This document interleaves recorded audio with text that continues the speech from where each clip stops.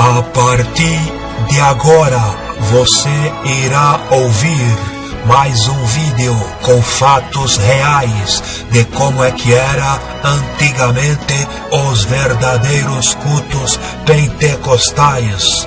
E você que é um crente pentecostal, eu te convido a assistir a este vídeo até ao final, e para que você não seja mais enganado por alguns falsos movimentos neopentecostais, e para que você não seja mais levado em roda por todo o vento de doutrina pelo engano dos homens maus. E antes de começarmos os relatos, eu, vosso irmão em Cristo, presbítero Fernando Santos, já quero deixar avisado que todos os sábados estamos postando vídeos sobre a história da igreja de antigamente no canal do YouTube Assembleia de Deus Simples 1911 na Sã Doutrina. E sábado que vem iremos narrar como é que era a forma de zombação que os primeiros crentes pentecostais de 1911 sofreram por parte de católicos e de crentes tradicionais que mais tarde receberam de Deus a punição. Não perca! E a fonte de onde extraímos estes relatos, os quais vamos relatar, é do diário do pioneiro Gunnar Wingren, que foi o fundador da Igreja Assembleia de Deus no Brasil. Então vamos lá começar os relatos. Assim, Gunnar Wingren escreveu dos anos de 1911 a 1932 no seu diário, das páginas 163 a 172, que diz: nos cultos dos anos 1930, cumpriu-se verdadeiramente o que diz o Salmo 133, que diz: ó quão bom e quão suave é que os irmãos vivam em união. Oh glória! Xaraboconecrávias, ribias, cobra surianda ganaia. E nos cultos pentecostais não havia ninguém que fosse grande orador, e não havia ninguém que fosse um sábio e entendido, e todos se sentiram pequenos na presença do Senhor Jesus. Embora houvesse aqueles que realmente eram sábios, mas ninguém queria mostrar-se. E é maravilhoso quando o povo de Deus segue as instruções do apóstolo Paulo, que disse: eu não quis saber de outra coisa senão de Jesus Cristo e este crucificado. Louvado é o nome santo de Jesus, que vive e reina para todos sempre. Glória a Deus. Desta maneira, não foi necessário que ninguém louvasse ao homem, mas todos louvaram somente a Jesus. E fiquei maravilhado ao ver como todos estavam cheios do divino Espírito Santo de Deus e falavam com muita alegria. E eu disse aos irmãos ali no culto: vocês parecem todos alegres como crianças. Oh glória, que felicidade! Oh glória, que alegria no Senhor Jesus! Que maravilha! Antigamente os cultos pentecostais eram totalmente governados pelo Espírito Santo de Deus, com a plena alegria de Jesus, como está escrito lá em João capítulo 17 e versículo 13, onde Jesus disse: tenham a minha alegria completa em si mesmo. Oh, glória! Que maravilha! Jesus! Irmãos, infelizmente, hoje em dia, muitos cultos são governados por homens. Uns fazem cultos para persuadir o povo a dar dinheiro em troca pelas bênçãos deste mundo. Outros fazem cultos dando para o povo rosa, sal, vassoura e etc e tal. E outros fazem cultos com poderes hipnóticos a ponto de fazer o povo a comer até cobras e ratos. Outros fazem cultos adorando foto de homens e adorando imagem de esculturas. Outros fazem cultos com doutrina de demônios, aonde nos cultos quem fala o que é a doutrina é os demônios e não Jesus. Outros fazem cultos aos anjos, aonde quem recebe adoração é os anjos, que se tornaram onipresentes. Agora eles estão aqui em São Paulo, daqui a pouco eles estão em Minas Gerais, daqui a pouco eles estão lá em Manaus, daqui a pouco os anjos estão lá no Rio de Janeiro.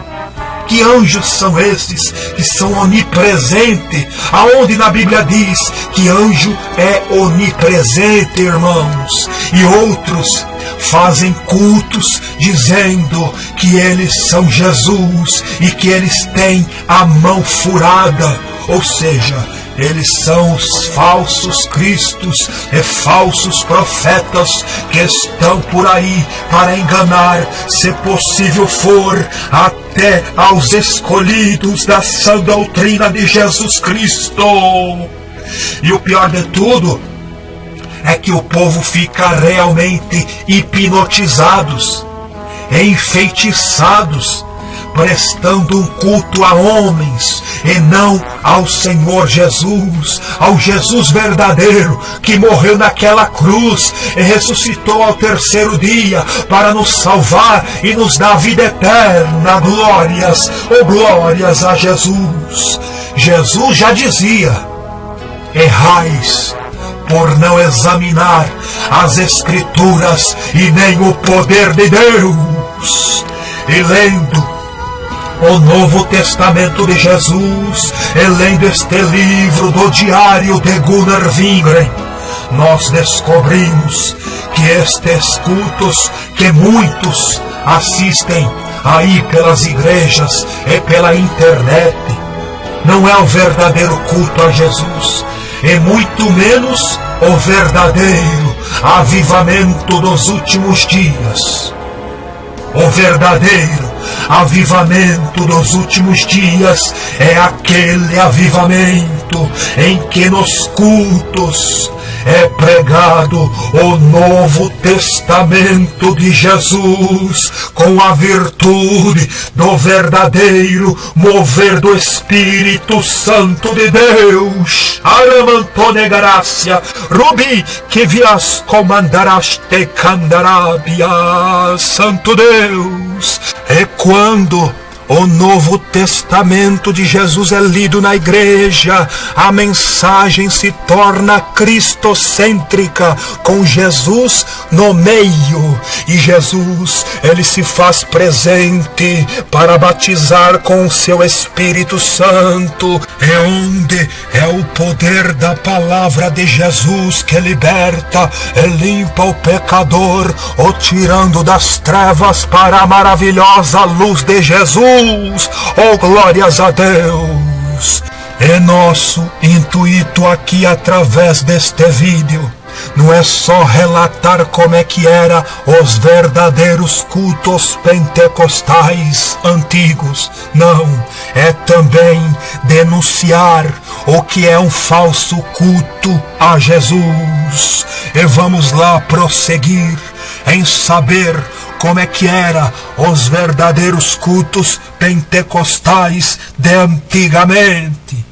Das páginas 167 a 172 está escrito que o pastor Levi Petrus, da igreja Filadélfia de Estocolmo, do país da Suécia, veio fazer uma visita aqui no Brasil no ano de 1930.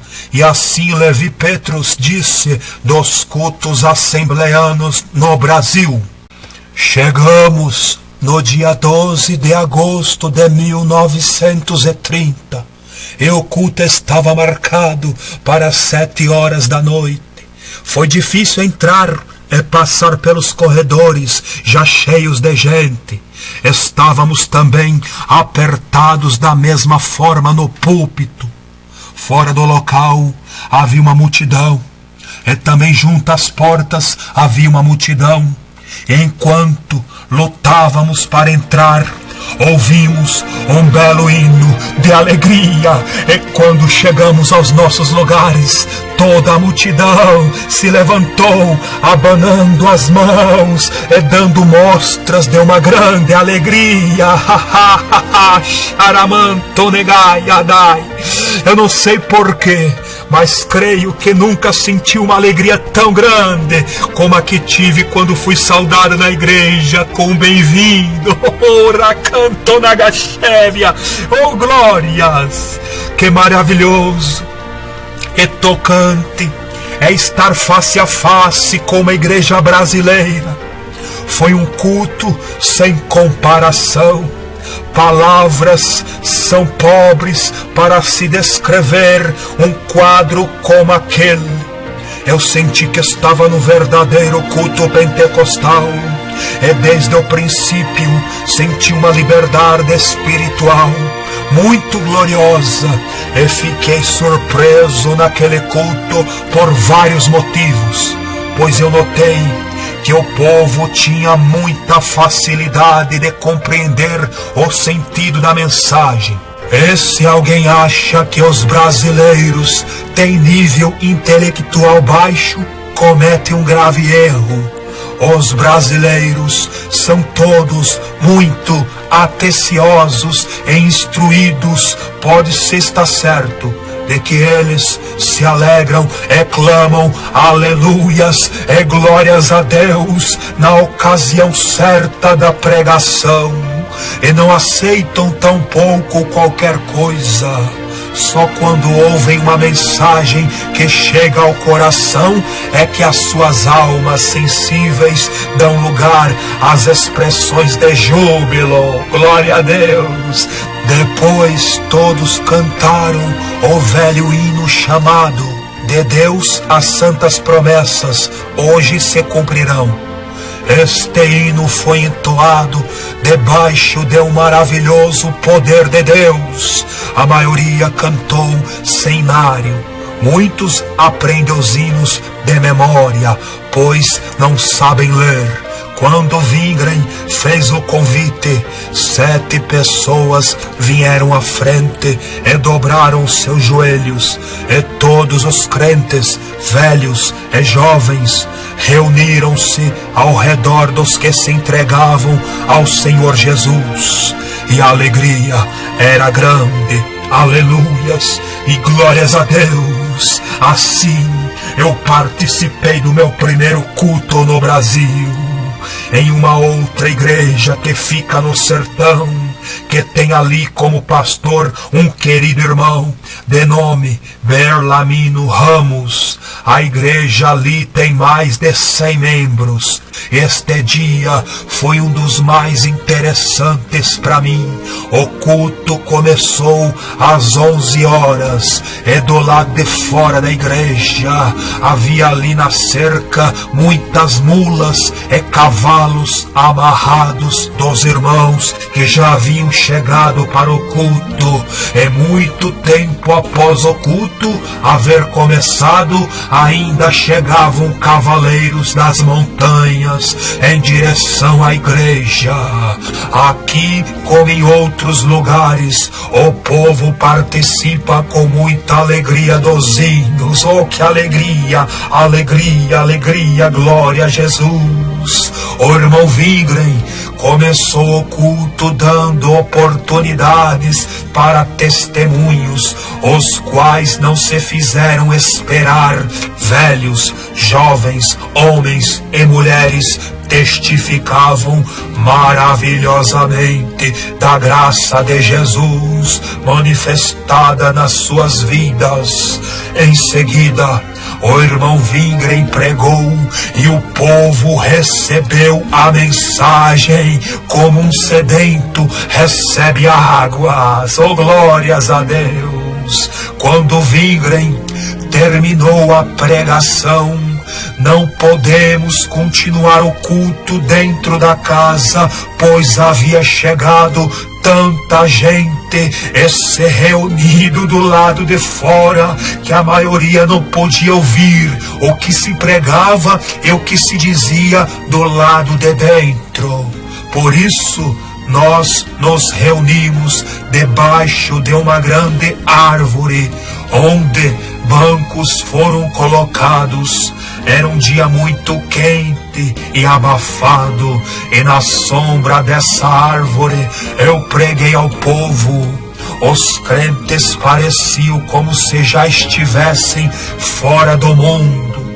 Escutavam as palavras de Jesus com a boca aberta, e se notava que compreendiam o que eu dizia. Quando terminei a pregação, o irmão Wingren fez o convite e 12 pessoas aceitaram ao Senhor Jesus. Oh, que glórias, maravilhas, Jesus!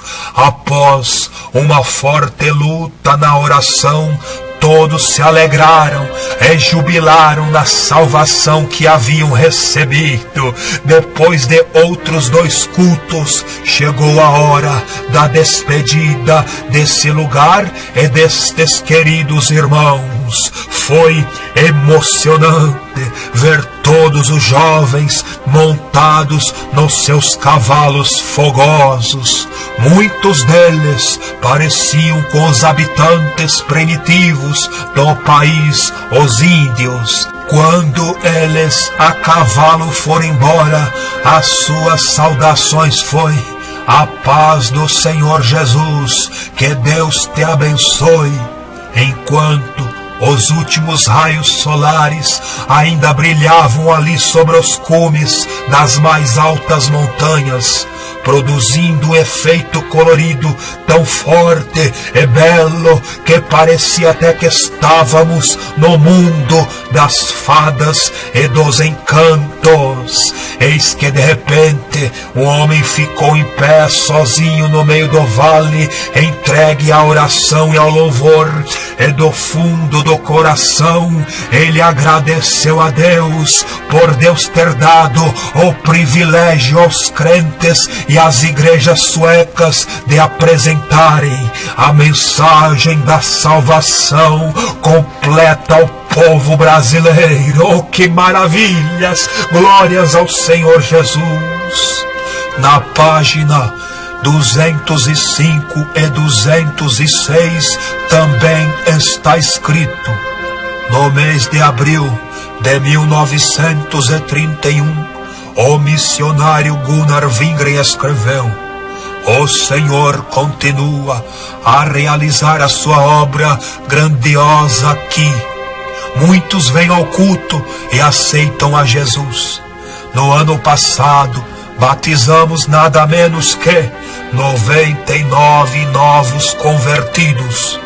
No domingo, quando orávamos por 4 pecadores, o Espírito Santo caiu sobre um deles e ele foi batizado e começou a falar em outras línguas.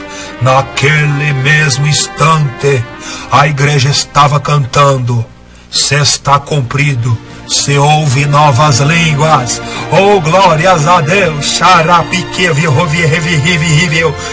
Era maravilhoso ver que todos esses crentes recém-convertidos não se davam nenhum descanso até receberem a promessa do Espírito Santo.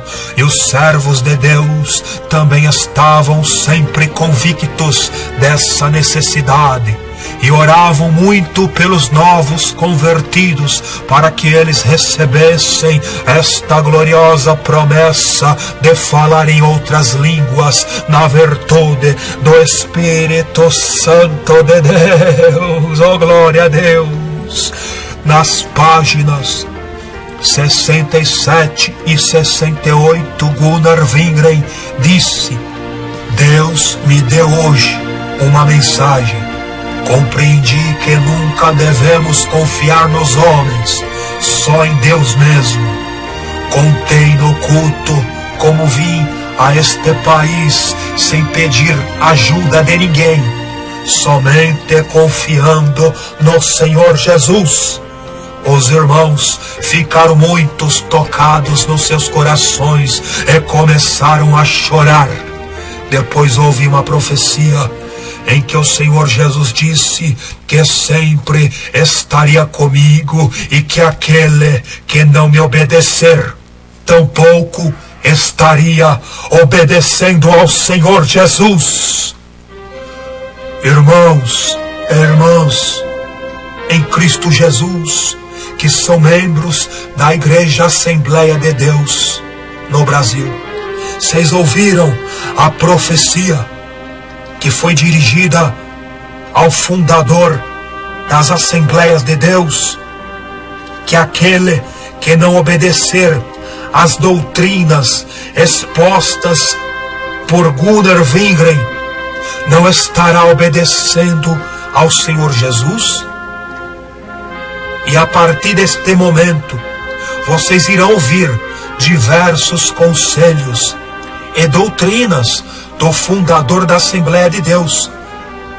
Conselhos estes se preocupando para que não haja esfriamento espiritual nos cultos e para que não haja heresias na igreja. E você que vai ouvir, se você for um pastor assembleano e estiver ensinando ao contrário de Wingren, você estará cometendo o pecado de rebeldia. Você pode ter até 60 anos de crente da Assembleia de Deus, mas se não obedecer, você estará no pecado de rebeldia.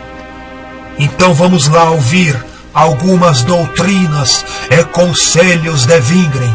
Na página 139 do diário de Gunnar Wingren, diz que o pastor Paulo Leivas Macalão disse que Gunnar Wingren exortou a igreja no Rio de Janeiro a não aprenderem heresias e mentiras de que Jesus só voltará no meio da grande tribulação ou no final da grande tribulação. Tudo isso é uma grande mentira de quem não tem a compreensão das Escrituras através do Espírito Santo de Deus, pois sabemos que Jesus voltará antes da grande tribulação para arrebatar a sua igreja. E assim o pastor Paulo Leivas Macalão disse acerca da exortação que Gunnar Wingren deu sobre a volta de Jesus. Num culto do ano de 1924, no Rio de Janeiro, o irmão Wingren, sabendo que os crentes vacilavam sobre a doutrina da segunda vinda de Jesus, reuniu-se numa sala da casa da irmã Florinda e depois de ler muitas passagens provando a volta de Jesus para buscar a sua igreja, perguntou: devemos crer no homem ou na palavra de Deus? Nós respondemos: na palavra de Deus. E assim alguns se firmaram mais na verdade da palavra de Deus. Oh, glória a Deus! E louvado é o nome santo de Jesus. No dia 1º de abril de 1930, Wingren deu um conselho a todos os pentecostais brasileiros que não mudassem os costumes antigos, mantendo a mesma forma de culto dentro da igreja e que mantivessem a mesma forma de evangelismo fora da igreja, nas praças e nas ruas e dentro de ônibus e dentro de trem, para que Jesus continuasse a salvar as almas através do convencimento do Espírito Santo. E este conselho está na página 195. Você que é um crente pentecostal assembleano, ouça atentamente a este conselho e guarde nas tábuas do seu coração, para que a chama pentecostal continue a arder em seu coração. E assim Wingren disse: Deus é testemunha de que o meu único desejo é que o Espírito Santo possa ter o seu próprio caminho neste país chamado Brasil, e que esta gloriosa obra divina possa continuar da mesma forma que começou, juntamente com o Espírito Santo governando a igreja sem interferência de homens. E não posso deixar de apresentar a minha convicção de que o Senhor Jesus chamou e ainda está chamando homens e mulheres para o serviço da propagação do Evangelho, para ganhar almas e testificar do seu amor. E que todos nós, juntos no céu, venhamos nos alegrar um dia, oh glória a Deus, pelas almas que ganhamos para Jesus durante as nossas vidas neste mundo. E amém, glória a Deus, oh maravilhas. Sobre as mulheres nos cultos de antigamente, muito se tem dito. Qual era a posição das mulheres nos cultos pentecostais de antigamente?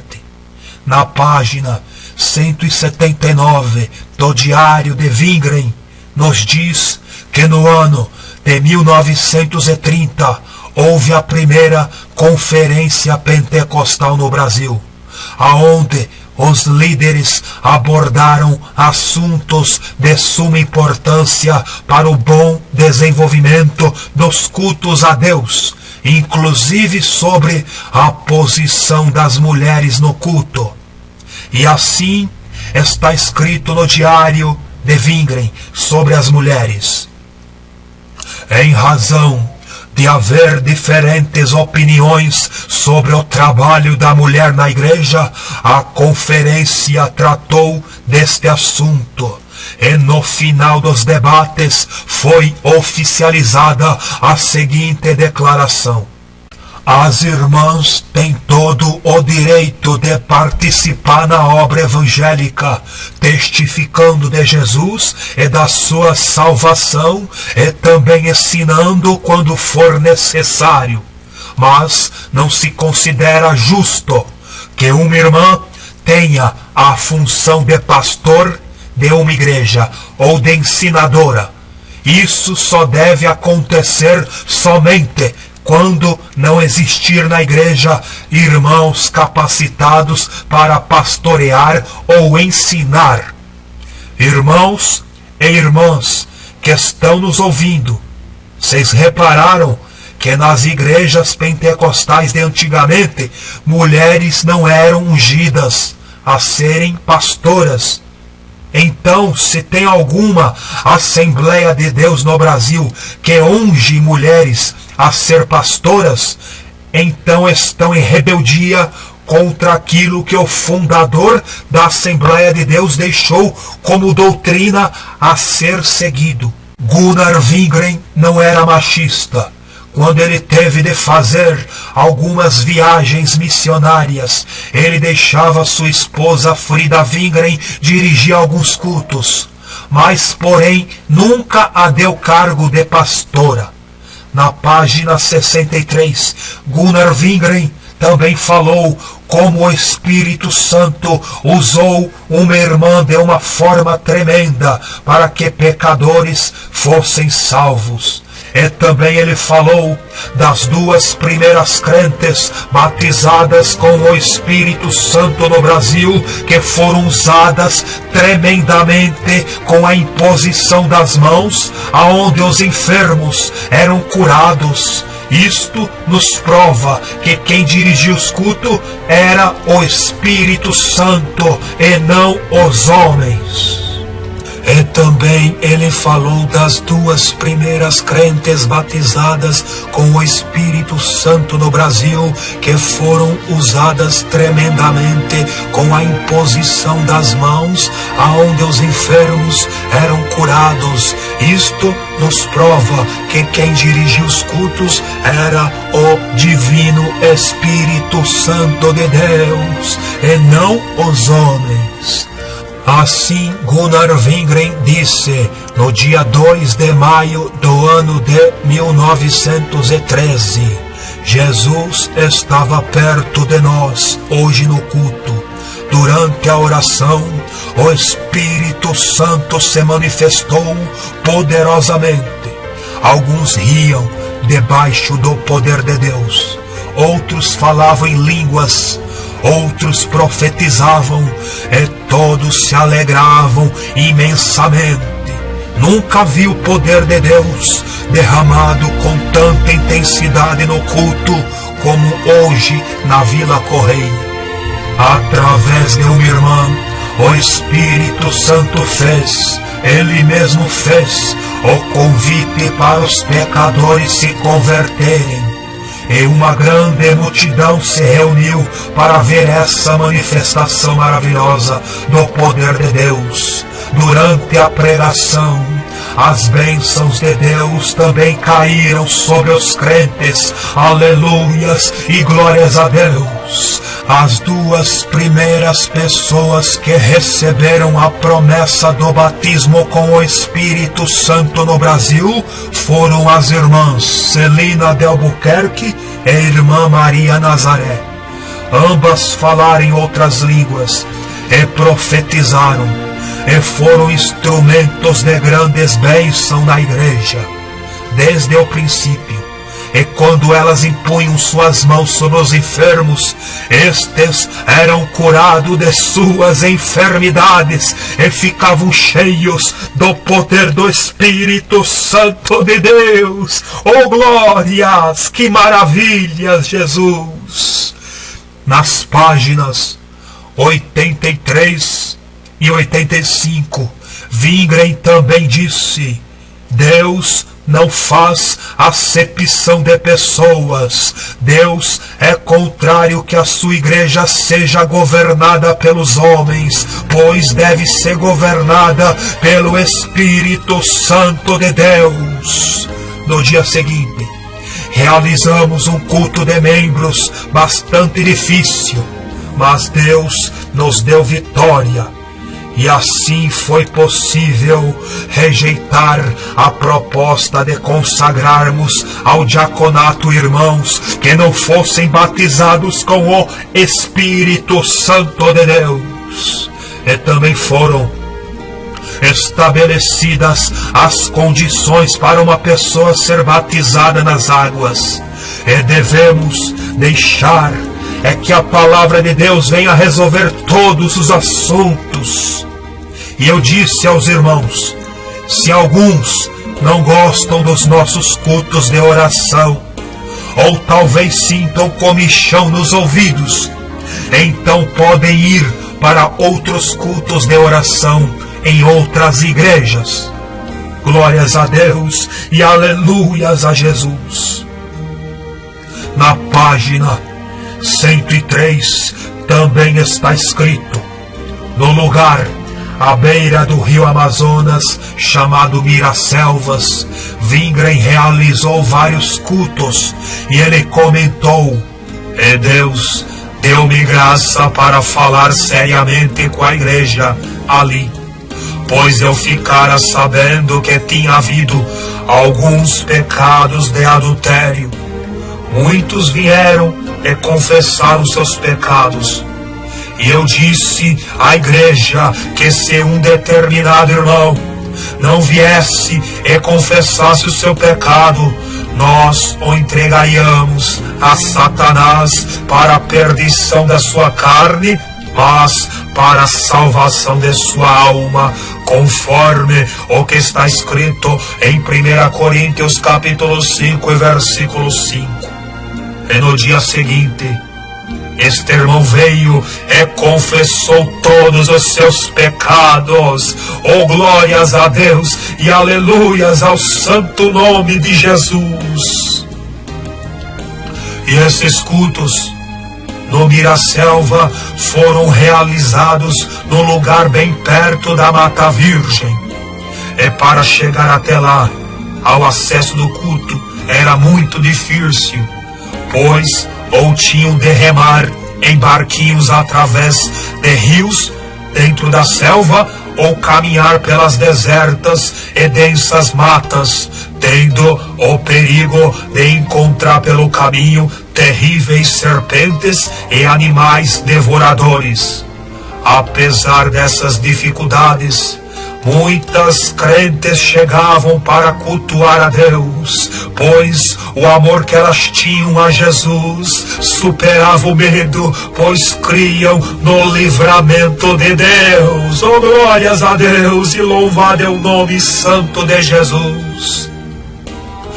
Wingren comentou no seu diário como alguns andavam longa distância para assistir aos cultos e tendo muitas dificuldades a vencer.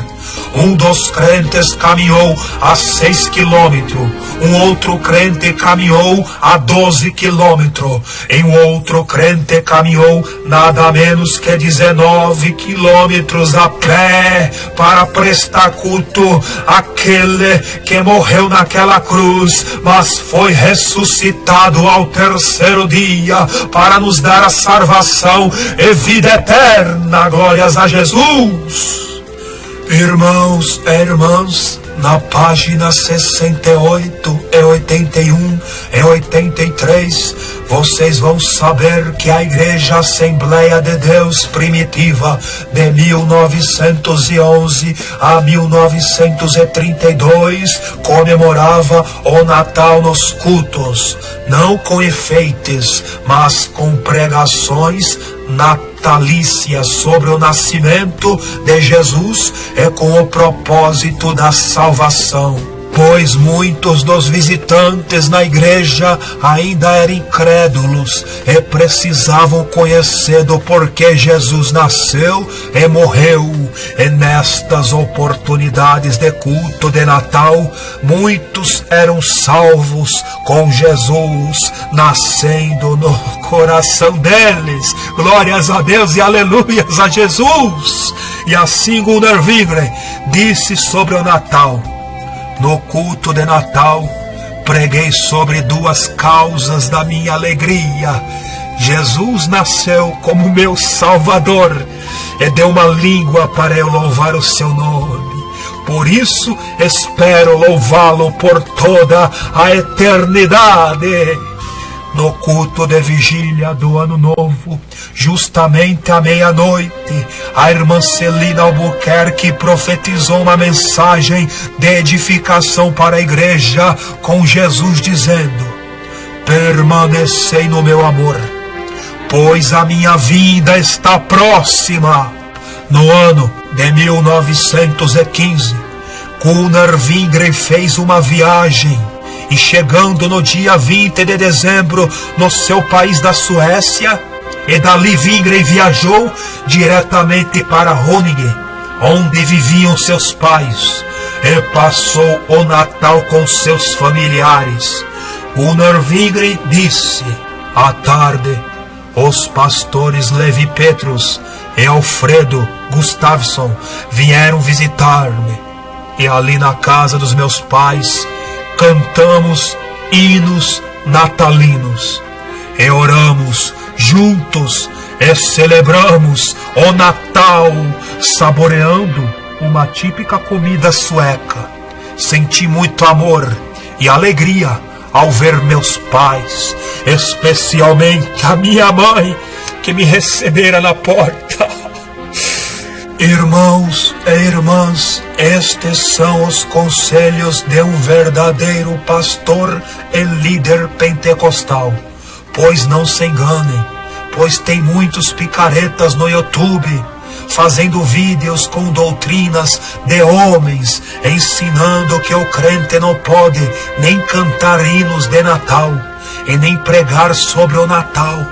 Irmãos, cuidado, isto te poderá te afastar dos seus familiares e amigos, e todos poderão te achar um puritano, um santarrão. Em vez de você ganhá-los para Jesus, você estará os afastando do evangelho simples de Jesus Cristo.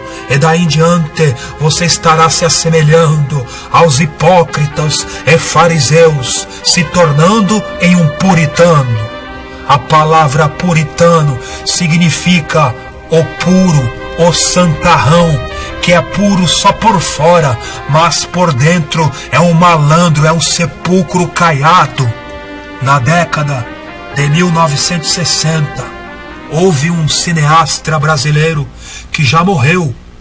O seu nome era Amâncio Mazzaropi, e ele fez um filme nessa época de 1960 chamado O Puritano da Rua Augusta, aonde no filme ele era um crente fanático e santarrão, que julgava e criticava tudo e a todos.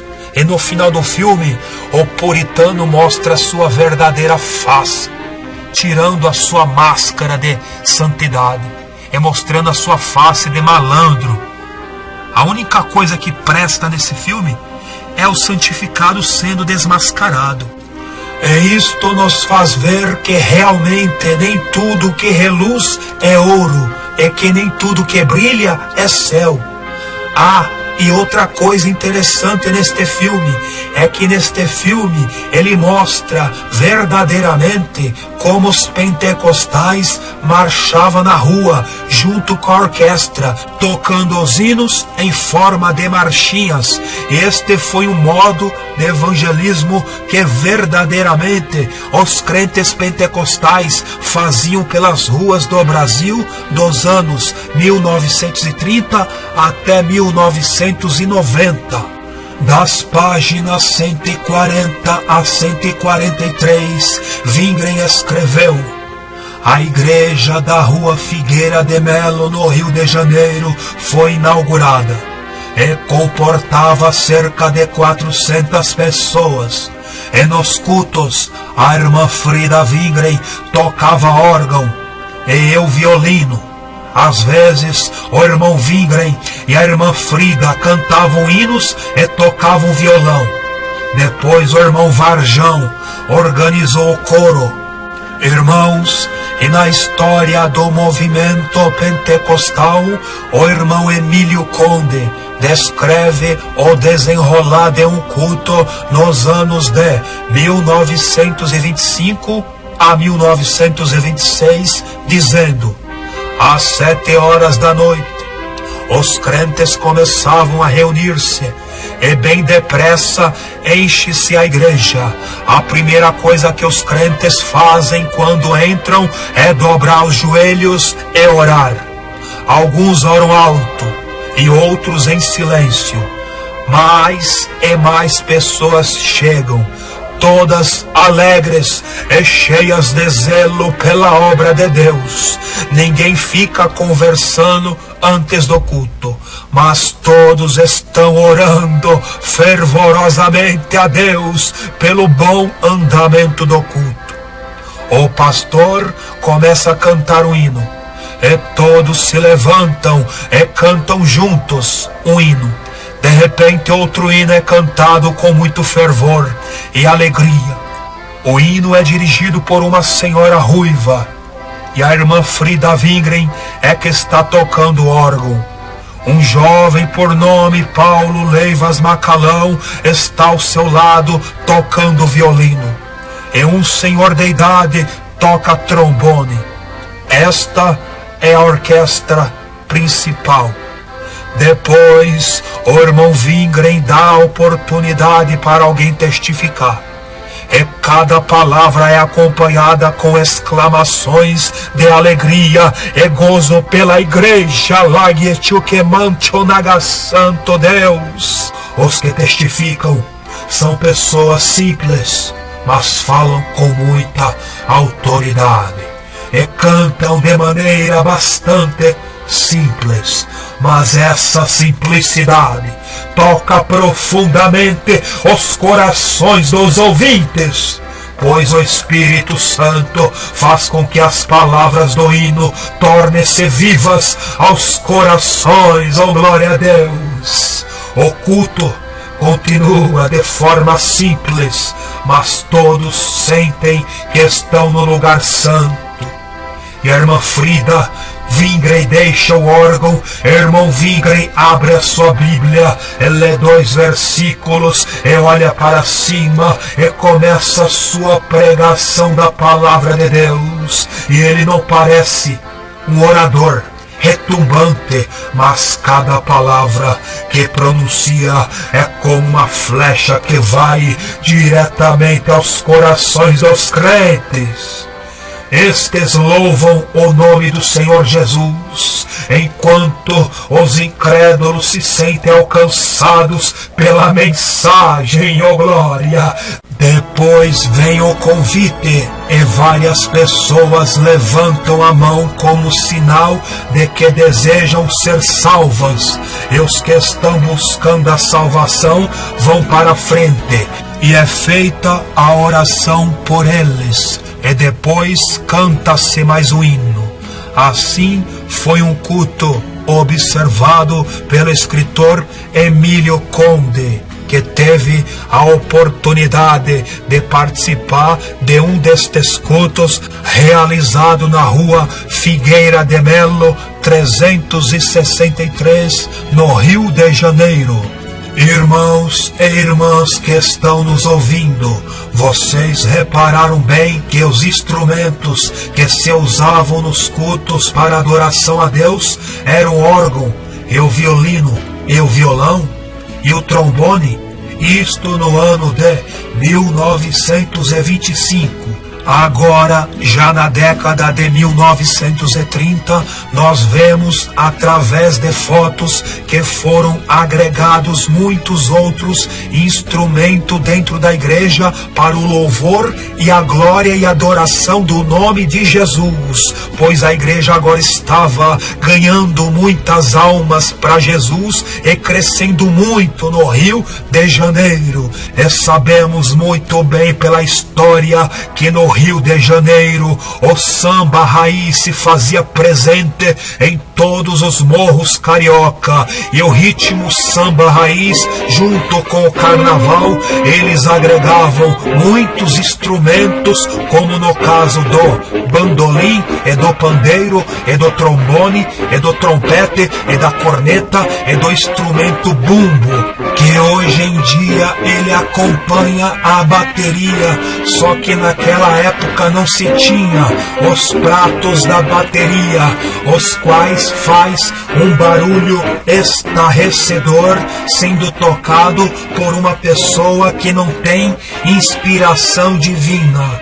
E com a força do evangelismo pentecostal das novas igrejas, Assembleias de Deus, muitos sambistas e carnavalescos daquela época ali no Rio de Janeiro foram salvos, e com isto foram trazidos para dentro das igrejas alguns instrumentos, como no caso o pandeiro, e o bumbo, e o bandolim, para adoração ao nome de Jesus. Deus. E a prova disto é que as fotos não nos deixam mentir.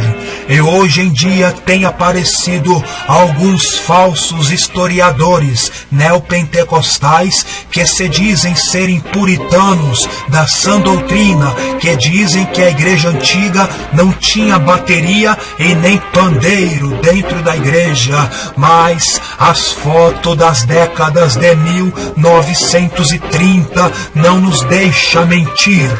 E assim, esses falsos profetas são desmascarados pelos seus falsos ensinos nos seus vídeos do YouTube. E a única diferença dos tocadores de instrumentos antigos com os modernos de hoje é que os tocadores dos instrumentos daquela época eram convertidos de verdade e ungidos para poder tocar os instrumentos com uma sinfonia inspirada pelo Espírito Santo de Deus. E também vemos que a partir da década de 50 surgiu muitos cantores crentes que começaram a gravar louvores através do LP, dos discos. E o primeiro LP vinil gravado pela Assembleia de Deus foi na década de 50, que foi gravado junto com o missionário Lawrence Olson, aonde continha uma pequena pregação e alguns louvores da banda Lira, Jardim e Coro, onde nos instrumentos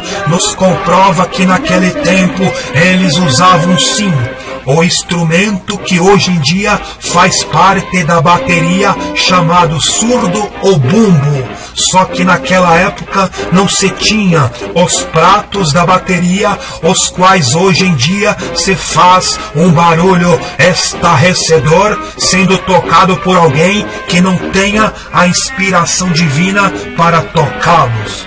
Irmãos e irmãs, e hoje em dia devemos sim exortar com toda a doutrina os tocadores de guitarra e bateria dentro da igreja, porque eles perderam o juízo, eles perderam a reverência a Deus e eles perderam o respeito pelos irmãos de idade, pelos irmãos mais velhos que já são anciões. Até a década de 50, a Igreja Assembleia de Deus não usava o rádio para o evangelismo, mas já era um sonho de Gunnar Wingren antes de morrer, pois ele disse na página 230, no ano de 1932, em sua última viagem de volta à Suécia, para nunca mais voltar ao Brasil, e assim ele disse: "Esta noite tive pela primeira vez durante toda a viagem um sono reparador e profundo. Hoje passamos pela linha do Equador, a 1.700 milhas do Rio de Janeiro. Como eu desejaria que pudéssemos ser como fortes estações de rádio, para que o mundo pudesse ouvir a voz de Deus. Deus, dai-me esta graça." Glória a Deus e aleluias ao Senhor Jesus. Gunnar Wingren, ele respirava almas, ele respirava salvação, ele respirava a obra missionária, ele respirava Jesus, o Espírito Santo. Ele queria compartilhar aquilo que um dia ele recebeu de graça. E por isto ele sentia esse desejo de usar todos os tipos de instrumento que fosse possível para alcançar almas para Jesus. Não é à toa que a Assembleia de Deus, até 1930, já tinha duas gráficas, uma em Belém do Pará e a outra no Rio de Janeiro, produzindo jornais pentecostais falando sobre a igreja no Brasil. Irmãos e irmãs que estão nos ouvindo, Este sonho e desejo de Gunnar Wingren de poder usar o rádio para anunciar o Evangelho de Jesus Cristo não foi concluído, foi porque Jesus o recolheu, o levou para morar no céu. E Gunnar Wingren só não usou rádio aqui no Brasil é porque na década de 30 o rádio ainda era limitado à população brasileira. E foi só na década de 1940 que veio o rádio a ser vendido para toda a população. E a Assembleia de Deus teve o seu primeiro programa de rádio, foi no dia 2 de janeiro de 1955, através da Rádio Tamoio. Nós temos em nosso canal no YouTube o vídeo com este primeiro programa de rádio chamado A Voz das Assembleias de Deus, gravado no ano de 1955. Até então este programa de rádio era usado para o evangelismo, e muitos desconhecedores da história da Assembleia de Deus dizem que a igreja proibia também seus fiéis de terem rádio em suas casas. Isto é uma mentira. O rádio nunca foi proibido. Não é à toa que este programa de rádio, A Voz das Assembleias de Deus, ficou sendo transmitido por 34 anos, dos anos 1955 até aos anos de 1989. E o que foi proibido a partir do ano de 1975, através da resolução de Santo André, da 8ª norma proibitiva, foi o uso do aparelho de televisão, o qual todos os fiéis da Assembleia de Deus foram convidados pela CGADB, pela Convenção Geral das Assembleias de Deus, a se abster-se, tendo em vista a má qualidade da maioria dos seus programas de televisão. E realmente foi de suma importância a igreja ter proibido a televisão no ano de 1975. Mas vocês querem saber a verdade? A igreja proibiu foi tarde demais a televisão, pois a televisão tinha que ter sido proibido já na década de 1950. E não só a televisão, o rádio também deveria ter sido proibido, porque justamente na década de 50 para 60, o mundo viveu tempos dourados, com o surgimento de culturas musicais, como no caso do rock and roll e a jovem guarda, o soul e o blues. E o rádio se tornou algo frenético e proliferador destes ritmos musicais. E o perigo do rádio não foi só as músicas. No rádio, já na década de 1940, já tinha as transmissões de radionovelas e de filmes radiofonizados, que laçou muitos crentes pelos ouvidos, fazendo os crentes pecarem dentro de suas próprias casas, aonde deixavam de ir para a igreja para ficarem em casa ouvindo as programações de rádio. E com isto muitos crentes, já nas décadas de 60 para 70, já se desviaram por causa das novelas e dos filmes, e por causa do programa do Chacrinha, e por causa da Jovem Guarda, e também muitos crentes se desviaram por causa do cinema e dos filmes do Mazzaropi e de Marilyn Monroe, e por causa dos filmes de Bruce Lee, das décadas de 60 para 70. Estes foram os anos dourados, onde esses cantores e artistas do mundo fizeram com que muitos crentes fossem iludidos pela força sonora, pela força da comunicação do rádio e da televisão. É por isto foi preciso a proibição urgente da televisão, porque senão a igreja não teria sobrevivido com a sã doutrina até o final dos anos 90, e nesta Convenção Geral das Assembleias de Deus do ano 1975, também foi proibido que as mulheres imitassem as dançarinas da Jovem Guarda e dos programas do Chacrinha, cujas mulheres começaram a deixar de usar saia até a canela para usar mini saia pelas ruas e pelas escolas e pelos comércios e pelos serviços, e através disso a sensualidade começou a se proliferar, o pecado do adultério, o pecado da fornicação, o pecado da prostituição. E agora a igreja teve que se precaver contra isso, para que as mulheres não viessem a se corromper, e através da resolução de Santo André, das normas proibitivas de número 2, 3, 4, 5 e 6, foi proibido a mulher usar traje de homem, e também de usar pintura nos olhos e nas unhas e outros órgãos da face do rosto. E foi proibido as irmãs cortar os cabelos e alterar as sobrancelhas, e o uso de mini saia também foi proibido. E com isto também foi proibido os homens usarem bermudas e regatas, e também jogar futebol, e também jogar loteria esportiva. Estas doutrinas, e como muitas outras, foi muito boa para a igreja, pois assim a preservou, para que a igreja continuasse a ser uma igreja noiva, sem ruga, sem mancha, imaculada e zelosa, especial e de boas obras, para ir morar no santo céu com o santo Jesus Cristo. Racanto negaya suriande cavlácia. Oh glória, santo Deus!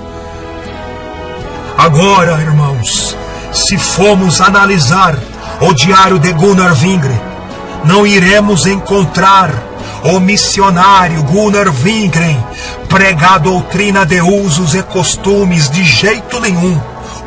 Porque no tempo de 1911 a 1932 não havia moda de mulheres cortarem os cabelos, porque até as mulheres do mundo e as católicas tinham seus cabelos crescidos. E também não havia necessidade de ensinar as irmãs a usarem vestidos compridos, porque até as mulheres do mundo, também as católicas, usavam saias compridas e ainda usavam uma saia por cima da outra. Alguns irmãos neopentecostais dos dias de hoje, que se dizem serem da sã doutrina, eles ensinam que a saia das mulheres crentes assembleanas de antigamente era até aos pés. Mas isto é mentira, e digo com propriedade, e provando através das fotos antigas, que a saia das irmãs eram com cerca de 1 palmo abaixo do joelho. E hoje, realmente, há necessidade de se ensinar as mulheres assembleanas a voltarem a se vestir com pudor, como as antigas irmãs se vestiam, com pudor, para que as jovens crentes venham também se ataviar e se vestir com pudor, sem mostrar sensualidade e lascívia do corpo. E vocês podem ter certeza, vocês mulheres, que Jesus vai colocar tudo na balança. Vai colocar as irmãs antigas que não cortavam o cabelo, que não usavam saia curta, que não usavam maquiagem, não se pintavam. É injusto isto. Na hora da salvação, vocês pensam que vocês vão estar juntas. Não vai estar, não adianta falar que vocês estão salvas estando contrária à doutrina da igreja. A doutrina não mudou. Quem mudou foi os líderes, que abaixou o cajado, deixado de pregar a sã doutrina. Mas a doutrina é a mesma, viu, irmãs? Se cuidem, voltem ao primeiro amor. Irmãos e irmãs, em breve estaremos fazendo 7 vídeos sobre a sã doutrina e explicaremos tudo sobre os usos e costumes que não estão na Bíblia e os que estão na Bíblia. E também falaremos sobre os usos e costumes que foram debatidos pela Convenção Geral das Assembleias de Deus na década de 40 para a década de 70, onde se resultou que era agora proibido as irmãs cortar os cabelos, e era proibido as irmãs usarem saias curtas, e era proibido os irmãos jogarem futebol e usarem bermudas e regatas, e também foi proibido o homem ter barba, e foi só permitido o homem ter o bigode crescido. E, infelizmente, hoje em dia essa doutrina só está no papel. Infelizmente, esta doutrina só se encontra lá nas atlas dos livros da Convenção Geral das Assembleias de Deus, pois quase nenhum pastor assembleano obedece a estas doutrinas, pois não teria nem como, A hipocrisia iria ser de tamanho escândalo, pois proibir a televisão, e não proibir o notebook, e não proibir o tablet, e não proibir o celular, que acessa Facebook, que acessa YouTube, que é pior que a TV aberta. Seria de grande hipocrisia, aonde até mesmo eu que estou aqui vos falando, seria um hipócrita se usasse. Mas dou graças a Deus que Jesus tem uma promessa antiga de fazer os membros das igrejas Assembleia de Deus a voltarem ao princípio e a voltarem ao primeiro amor. Irmãos e irmãs, e a volta da Assembleia de Deus ao primeiro amor está começando neste ano de 2019 através de um pastor presidente das igrejas Assembleias de Deus do Mato Grosso, chamado pastor Sebastião Rodrigues de Souza, que reafirmou as doutrinas da Resolução de Santo André do ano de 1975 para com a igreja, o qual ele é o anjo que dará conta das ovelhas ao sumo pastor Jesus Cristo. Glória a Deus e louvado é o nome de Jesus.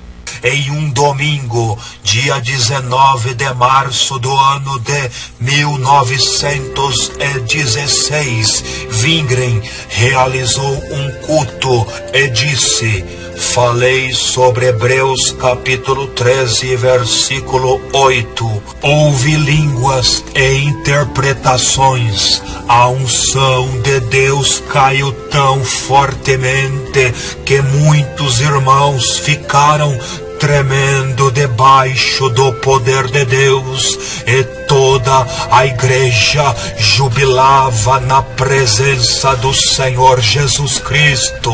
Eu tive de me deitar no chão, tão imensa foi a alegria que senti. Glórias a Jesus Cristo. E vários foram curados e batizados com o Espírito Santo de Deus.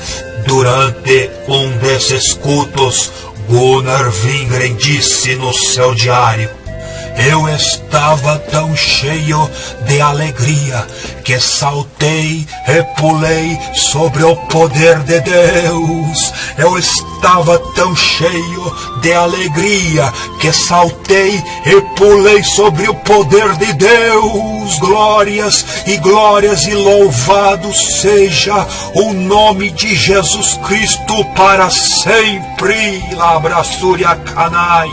É isto mesmo que você está ouvindo. O fundador da igreja Assembleia de Deus, ele dava lugar ao Espírito Santo e pulava e saltava no culto debaixo do poder de Deus. Louvado é o nome de Jesus Cristo.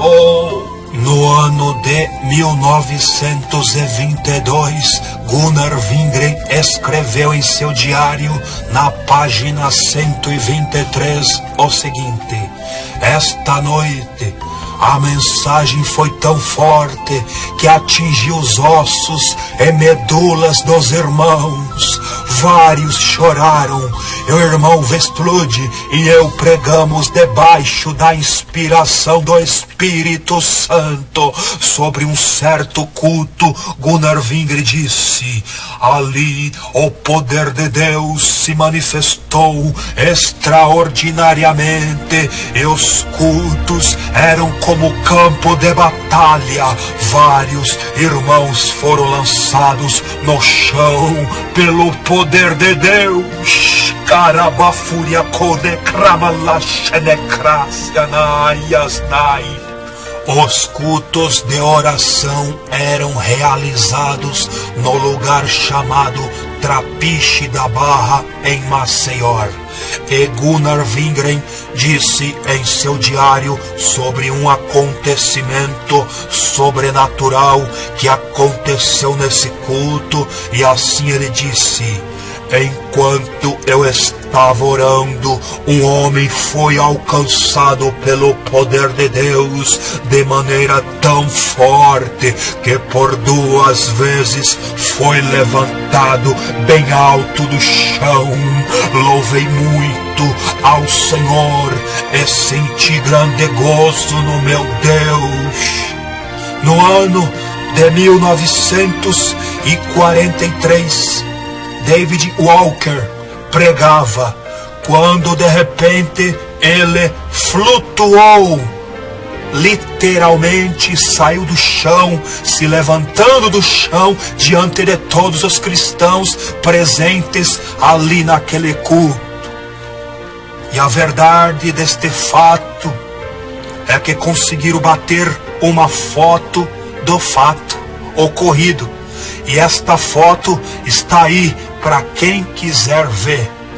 Estas provas são infalíveis que Deus tem este poder de fazer um homem flutuar. Mas o mais incrível é que no arrebatamento da igreja não vai ser só um homem que vai ser levitado, que vai ser levantado. Não, será todos os crentes lavados e remidos pelo sangue de Jesus Cristo, que irão subir deste mundo, irão subir deste chão para o céu de luz, irão voar aos céus para estar para sempre com o Senhor Jesus. No ano 1913, a pequena igreja regozijava-se dia a dia no Senhor. E os batismos nas águas eram realizados nos rios, um atrás do outro. E a alegria e o louvor dos crentes subiam com força ao céu. Gunnar Wingre escreveu: hoje batizei 14 novos convertidos. O poder de Deus veio tão forte sobre mim lá no rio que eu quase não pude mover-me. De noite terminei a pregação cantando um hino espiritual e o poder de Deus estava sobre toda a igreja. Uma irmã viu Jesus entre nós através de uma visão. E no fim do culto vários irmãos profetizaram. Muitos tiveram seu Pentecostes naqueles dias. Entre outros, um menino de 13 anos recebeu a promessa do Espírito Santo na sua casa de manhã, quando estava orando. Em seguida ele veio no culto e o poder de Deus foi muito grande sobre ele, levando a falar em línguas e a profetizar. Oh, maravilha, Jesus! Em outro dia, tivemos uma gloriosa experiência na casa da irmã Celina Albuquerque. Quando orávamos, o poder de Deus veio sobre nós e começamos todos a rir, cheios de uma onda de gozo e alegria. Depois chegou outro irmão e começou a alegrar-se conosco, mas eu fiquei com medo, não nos devemos alegrar no próprio poder, e sim em Jesus. E são admiráveis as poderosas manifestações de poder que vemos nos cultos. E repousa uma seriedade santa sobre o povo salvo. Mas o Senhor avisou numa profecia dizendo: muitos estão só brincando com meu nome e com meu espírito. Ai deles, eu os castigarei se não despertarem em tempo.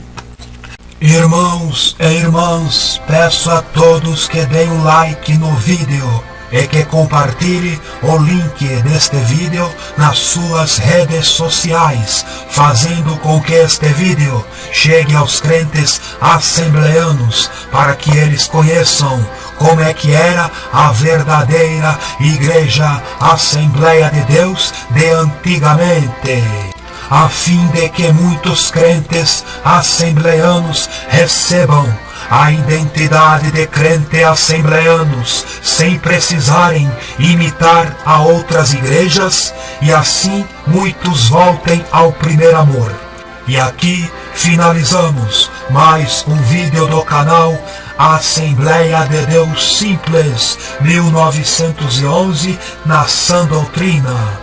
E não se esqueçam, sábado que vem estaremos postando mais um vídeo em forma de transmissão ao vivo. E em breve, todas as quartas, estaremos postando pregações da sã doutrina do corpo e alma e espírito, e sobre a escatologia bíblica, que significa estudo das últimas coisas, a qual fala da volta de Jesus para o arrebatamento da igreja.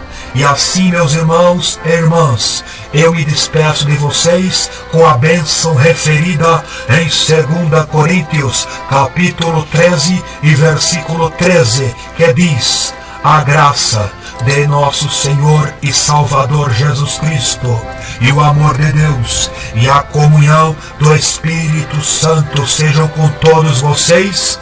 E Maranata, ora, venha Senhor Jesus, e todos digam amém.